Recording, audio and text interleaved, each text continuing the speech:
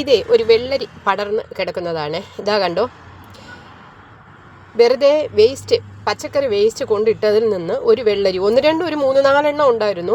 ഇങ്ങനെ കിളിർത്ത് വന്നു. ഞാൻ അതിനെ 1-2 എല്ലാം പുഴുത് കളഞ്ഞതിന് ശേഷം ഒരെണ്ണം നിർത്തിയിരുന്നു. ഞാൻ ഈ പച്ചക്കറി ഇട്ടത് ഈ ചീരയ്ക്ക് വേണ്ടിയിട്ടാണ് പച്ചക്കറി ഇട്ടത്. പക്ഷേ ചീര അങ്ങനെ നിൽക്കുകയും ചെയ്തു. അതിൽ നിന്ന് വന്ന വെള്ളരിയാണ് ഈ കാണുന്നത്. അത് നിറച്ച് പൂത്ത് കിടപ്പുണ്ട്. ഇതാണ്ടോ, ഈ ചീരയ്ക്ക് വേണ്ടിയിട്ടാണ് ഞാൻ ഈ പച്ചക്കറിയുടെ വേസ്റ്റ് കൊണ്ടുവന്ന് ഇട്ടത്. സാധാരണ വളമൊന്നും ചേർക്കാത്തത് കൊണ്ട് ഈ ചീരയിൽ പുഴുക്കുത്തുകളൊക്കെ വന്നിട്ടുണ്ട്. സാധാരണ നമ്മൾ എപ്പോഴും വിചാരിക്കുക ഈ പുഴുക്കുത്തുകൾ, അതായത് പുഴുവുള്ള പച്ചക്കറികൾ എല്ലാം വിഷമയം ഇല്ലാത്ത പച്ചക്കറിയാണ്. നമുക്കറിയാമല്ലോ, നമ്മുടെ വീട്ടിൽ അങ്ങനെ വിഷമൊന്നും ചേർക്കത്തില്ലല്ലോ. കുറച്ച് ഇതിലൊരല്പം ഫ്യൂരിഡാൻ എന്ന് പറയുന്ന ഒരു വളമൊന്നും ഇട്ട് കൊടുത്താൽ ഈ ചീരയൊക്കെ നല്ല പടർന്ന് പന്തലിച്ച് നിൽക്കും. അതുപോലെ തന്നെ ഈ വെള്ളരി ഇപ്പോൾ പക്ഷേ നല്ല വലിയ ഇലയായിട്ട് ഇതാകണ്ടോ, വലിയ ഇലയായിട്ട് നിറച്ച് പടർന്ന് പന്തലിച്ച് വന്നിട്ടുണ്ട്. ഇതിൽ വളമൊന്നും ചേർത്തിട്ടില്ല. ഇവിടെ നല്ല മണ്ണരയും ഉണ്ട്. മണ്ണരയുള്ള മണ്ണ് ഭയങ്കര ഫലഭൂയിഷ്ടമുള്ള മണ്ണിലാണ് മണ്ണര ഉള്ളത് എന്നുള്ളത് അറിയാമല്ലോ. ഈ ചീരയ്ക്ക് വേണ്ടിയിട്ട് പച്ചക്കറിയിൽ നിന്ന് പൊടിച്ച വേസ്റ്റാണ്. കുഞ്ഞു കുഞ്ഞു കാകളും ഇതിൽ വന്നിട്ടുണ്ട്. ഇതിനു മുമ്പ് എനിക്കൊരു മത്തൻ ഇതുപോലെ വേസ്റ്റിൽ നിന്ന് പൊടിച്ചു വന്നായിരുന്നു. ഞാനത് കാണിച്ചിട്ടുണ്ടായിരുന്നു. മത്തൻ 10-22 വലിയ മത്തൻ എനിക്ക് കിട്ടിയായിരുന്നു. അതുപോലെ തന്നെ ഈ വെള്ളരിയും ഇനി നിറച്ച് കാച്ച് കിട്ടും. കാരണം കുഞ്ഞു കുഞ്ഞു വിത്തുകൾ വന്നിട്ടുണ്ട്. ഈ ചീരയും അങ്ങനെ തന്നെയാണ്. 3-4 ചീരയൊക്കെ വിത്തിന് വേണ്ടി ഞാൻ നിർത്തിയിട്ടുണ്ട്. അതിൻ്റെ വിത്ത് വന്നിട്ടുണ്ട്. അപ്പം ഞാൻ അതിൻ്റെ ഇലയൊന്നും പറിച്ചെടുക്കാതെ ആ വിത്ത് ഏകദേശം പഴുത്ത് പറിക്കാറായിട്ടുണ്ട്. ഇതാണ്ടോ കുഞ്ഞ് കാ നിൽക്കുന്നത് കണ്ടോ. ഇതുപോലെ നിറച്ച് കാകൾ ഓരോ ശിഖരത്തിൻ്റെ സൈഡിലും ഇങ്ങനെ ചെറിയ കാകൾ വന്നിട്ടുണ്ട്.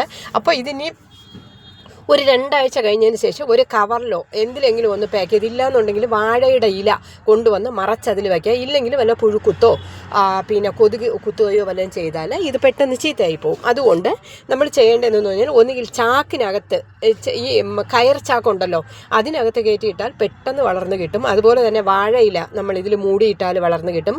ഒന്നുമില്ല എന്നുണ്ടെങ്കിൽ കവറിനകത്ത് കയറ്റി നമ്മളൊന്ന് കൊതുകും പുഴു ഒന്നും കയറാത്ത രീതിയിൽ കവറിനകത്ത് കയറ്റി നമ്മൾ ഇട്ടിരുന്നാലും ഇത് നല്ലവണ്ണം ഇത് നമുക്ക് വെള്ളരിക്ക കിട്ടും. സാധാ വെള്ളരിയാണ്, സാലഡ് വെള്ളരിയൊന്നുമല്ല, സാധാ വെള്ളരിയാണ്. ഇത് ദാണ്ട നിറച്ച് പൂത്തും കിടപ്പുണ്ട്. ഇതാകണ്ടോ, പൂവൊക്കെ ഇഷ്ടം പോലെ ഉണ്ട്.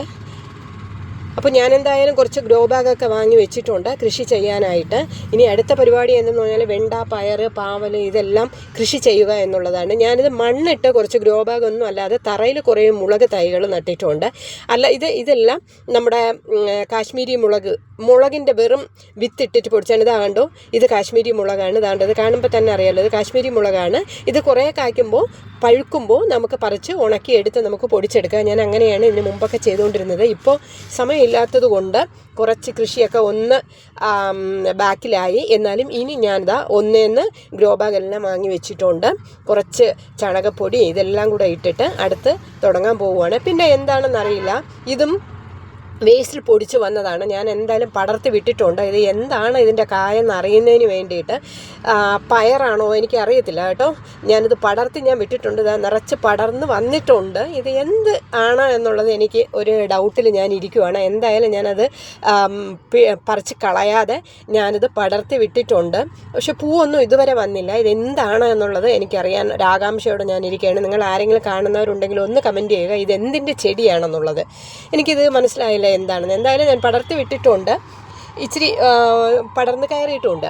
ഇത് പുതിനയാണ്. ഇതാണ്ടോ, പുതിനയും ഞാൻ 2 ചട്ടിയിൽ നട്ടിട്ടുണ്ട്. ഇതിതാ കറിവേപ്പിലയുടെ തണ്ട് നട്ടതാണ്. അതിൻ്റെ കമ്പുണ്ടല്ലോ അത് നട്ടതാണ്. ഇതാ കണ്ടോ, കിളിർത്ത് വന്നേക്കുന്നത് കണ്ടോ. കറിവേപ്പിലയുടെ തണ്ട് നട്ടപ്പോൾ അതിന് ചെറിയ കിളിർപ്പ് വന്നിട്ടുണ്ട്. തൈ അല്ലെങ്കിലും കറിവേപ്പിലയുടെ കമ്പ് നട്ട് വേണമെങ്കിലും നമുക്ക് കറിവേപ്പില ഇതാ കണ്ടോ മരം ഉണ്ടാക്കാം. ഇതാ കണ്ടോ, കിളിർപ്പ് വന്നിട്ടുണ്ട്. ഞാൻ വിചാരിച്ചു ഇത് വരത്തില്ല എന്ന് വിചാരിച്ചു, പക്ഷേ വന്നു, കിളിർപ്പൊക്കെ വന്നിട്ടുണ്ട്. ഇനി ഇതിനെ ഇളക്കി മാറ്റി ഒന്ന് അങ്ങോട്ട് നടണം. പിന്നെ പുതിനയുണ്ട്. അങ്ങനെ കുറച്ചായിട്ട് നമുക്ക് അത്യാവശ്യത്തിനുള്ള പച്ചക്കറികളൊക്കെ ഞാൻ നട്ട് വളർത്തിയിട്ടുണ്ട്. ഇനി വെണ്ട, പാവൽ, പയർ, പടവലം ഇതെല്ലാം ഞാൻ നടാനായിട്ട് ഗ്രോ ബാഗ് കൊണ്ടുവന്നിട്ടുണ്ട്. കുറച്ച് മണ്ണും ഞാൻ ഇറക്കിയിട്ടുണ്ട്. അതിൻ്റെ കുറച്ച് മണ്ണൊക്കെ ഞാൻ ഈ തറയിൽ ഞാൻ മുളകിനൊക്കെ ഇട്ടിട്ടുണ്ട്. ഇനി ഗ്രോ ബാഗിൽ നിറച്ചിട്ട് അടുത്ത കൃഷി ഞാൻ തുടങ്ങാൻ പോവുകയാണ്. ഓക്കെ, അപ്പോൾ ബായ്.